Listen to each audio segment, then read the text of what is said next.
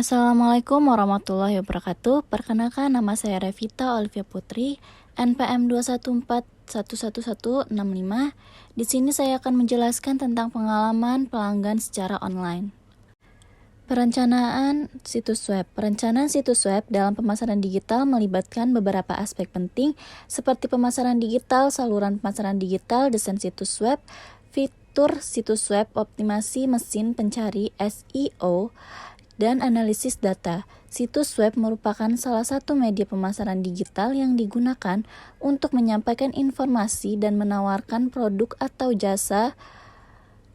Beberapa saluran pemasaran digital yang umum digunakan meliputi pencarian organik, penelusuran berbayar, iklan display, media sosial, dan referral. Perancangan situs web seharusnya memperhatikan unsur-unsur dan prinsip-prinsip desain seperti garis ruang, warna, tekstur, keseimbangan, dominasi, dan kesatuan untuk menciptakan desain yang estetis dan menarik. Situs web yang berhasil dalam pemasaran digital mungkin mencakup fitur seperti pelayanan, proses transaksi, dan informasi tentang produk atau jasa yang ditawarkan.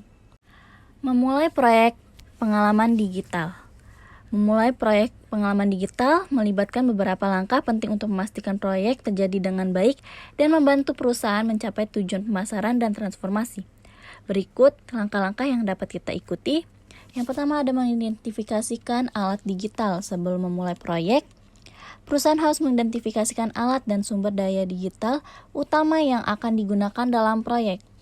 Yang kedua ada mengidentifikasi kekuatan. Setelah mengidentifikasi alat digital yang akan digunakan, perusahaan harus mengidentifikasi kekuatan utama yang perlu diperhatikan dalam proyek. Dan yang ketiga, ada menetworksikan dengan pemangku kepentingan. Dalam era yang serba modern, pelanggan mengharapkan bisnis untuk memberikan pengalaman yang mulus melalui berbagai saluran. Yang keempat, ada mengembangkan strategi digital. Setelah mengidentifikasi kekuatan dan menetworksikan dengan pemangku kepentingan, perusahaan harus mengembangkan strategi digital yang sesuai untuk mencapai tujuan pemasaran dan transformasi.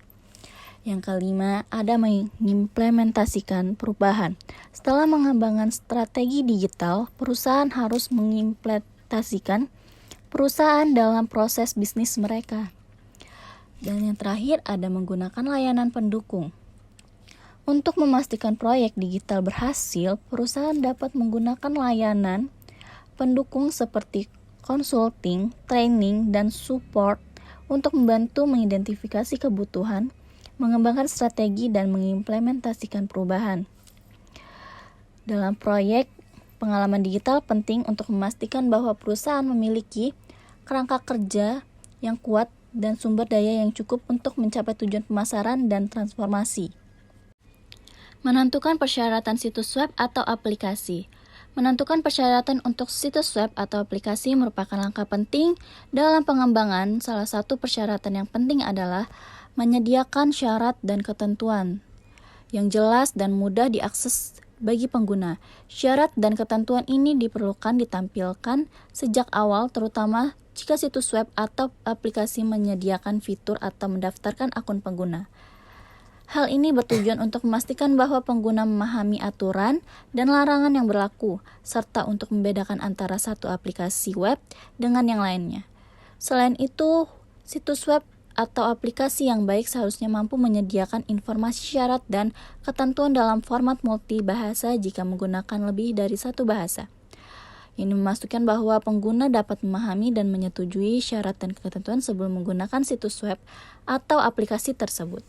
Mendesain pengalaman pengguna. Mendesain pengalaman pengguna dalam pemasaran digital melibatkan beberapa aspek penting seperti desain berpusat pengguna, aspek psikologis dan fisiologis pengguna, interaksi aplikasi intuitif, dan panduan merancang aplikasi dengan skenario kasus dan alur interaksi. Desainer UX fokus pada pengalaman yang dimiliki pengguna saat menggunakan berbagai produk seperti situs web dan aplikasi. Dalam pemasaran digital, pengalaman pengguna menjadi aspek penting untuk menentukan keberhasilan suatu produk atau layanan. Mengelola dan menguji konsep.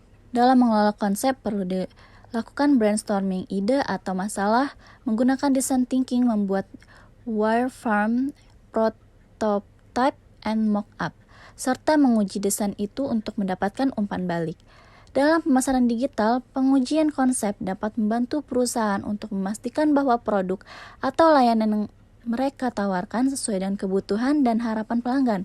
Pengujian konsep juga dapat membantu perusahaan untuk mengidentifikasi masalah dan kekurangan dalam produk atau layanan mereka sehingga dapat diperbaiki sebelum diluncurkan ke pasar.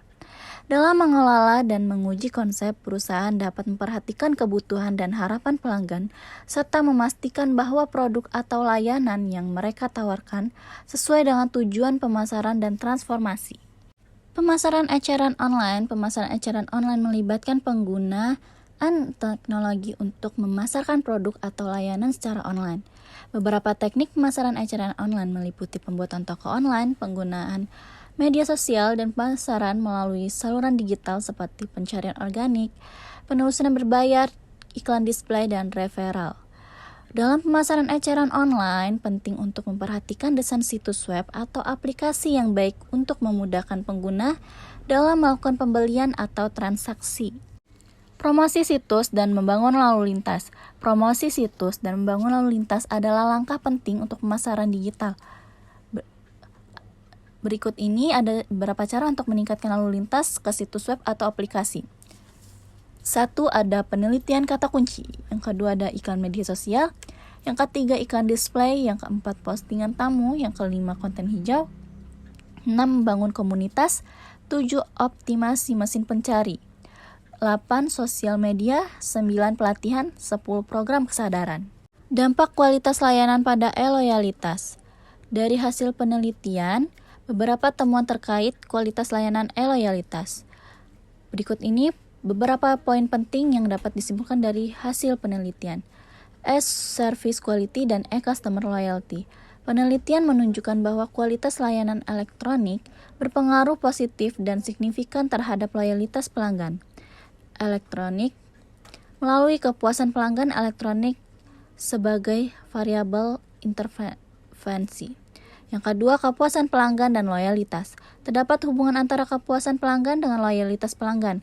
Semakin tinggi tingkat kepuasan pelanggan, semakin besar kemungkinan konsumen akan loyal atau loyal kepada perusahaan tersebut. Kepuasan pelanggan memiliki efek mediasi antara dimensi kualitas layanan dan loyalitas pelanggan. Yang ketiga, e-loyalty dan e-service quality. E-loyalty atau loyalitas pelanggan elektronik juga dipengaruhi oleh kualitas layanan elektronik. Hasil penelitian menunjukkan bahwa e-service quality berpengaruh positif dan signifikan terhadap e-loyalty. Ini menunjukkan bahwa peningkatan kualitas layanan elektronik dapat berkontribusi pada peningkatan loyalitas pelanggan elektronik. Sekian penjelasan dari saya ucapkan terima kasih. Wassalamualaikum warahmatullahi wabarakatuh.